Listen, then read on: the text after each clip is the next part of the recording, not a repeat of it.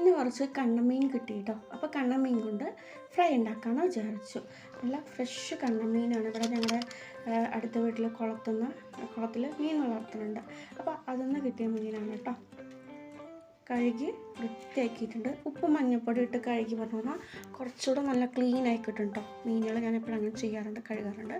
അപ്പോൾ കഴുകി വൃത്തിയാക്കിയ മീനിലേക്ക് കുറച്ച് മുളക് പൊടി, കുറച്ച് മഞ്ഞൾപ്പൊടി, അതിനുശേഷം മല്ലിപ്പൊടിയാണ് ഇട്ട് കൊടുക്കുന്നത്.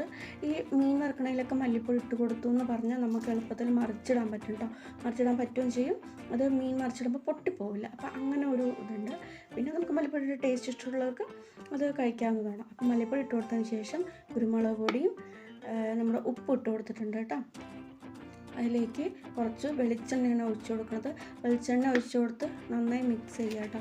അപ്പം തന്നെ വെളിച്ചെണ്ണയിൽ ആ മസാലകൾ ഇട്ടതിൻ്റെ ആ ഒരു മണമില്ലേ, അടിപൊളി മണം വന്നുകൊണ്ടിരിക്കുന്നുണ്ട്.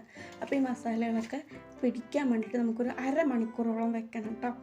മീനിലേക്ക് നമ്മുടെ മസാലകളൊക്കെ സെറ്റായി കഴിഞ്ഞ ശേഷം നമുക്ക് വറുത്തെടുക്കാവുന്നതാണ്. ഞാൻ പാൻ വെച്ച് അതിലേക്ക് കറിവേപ്പില ഇട്ട് കൊടുത്തിട്ടുണ്ട്. അതിന് ശേഷം നമ്മൾ മസാല പുരട്ടി വെച്ച നമ്മുടെ കണ്ണമീനെ ഇട്ട് കൊടുക്കുന്നുണ്ട്. വരിയായി ഇട്ട് കൊടുക്കുന്നുണ്ട്. ഇട്ട് കൊടുക്കുമ്പോൾ തന്നെ നമുക്ക് ആ വെളിച്ചെണ്ണയുടെ മണം നന്നായി വരുന്നുണ്ട് കേട്ടോ.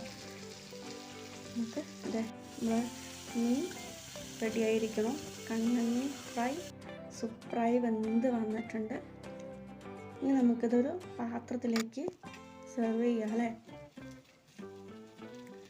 നമ്മൾ ഈ മാർക്കറ്റിൽ പോയി വാങ്ങിക്കുന്ന മീനും നമ്മളുടെ വളർത്തുന്ന മീനും തമ്മിൽ നല്ല ടേസ്റ്റ് ഡിഫറൻസ് ഉണ്ട് കേട്ടോ. നമ്മുടെ നാടൻ മീനിന് ഭയങ്കര ടേസ്റ്റ് ആയിരിക്കും, അടിപൊളി ടേസ്റ്റ് ആയിരിക്കും. ഇത് നമ്മുടെ കുളത്തിൽ വളർത്തിയ നാടൻ കണ്ണമീനായതുകൊണ്ട് തന്നെ സൂപ്പർ ടേസ്റ്റും മണവുമാണ് കേട്ടോ.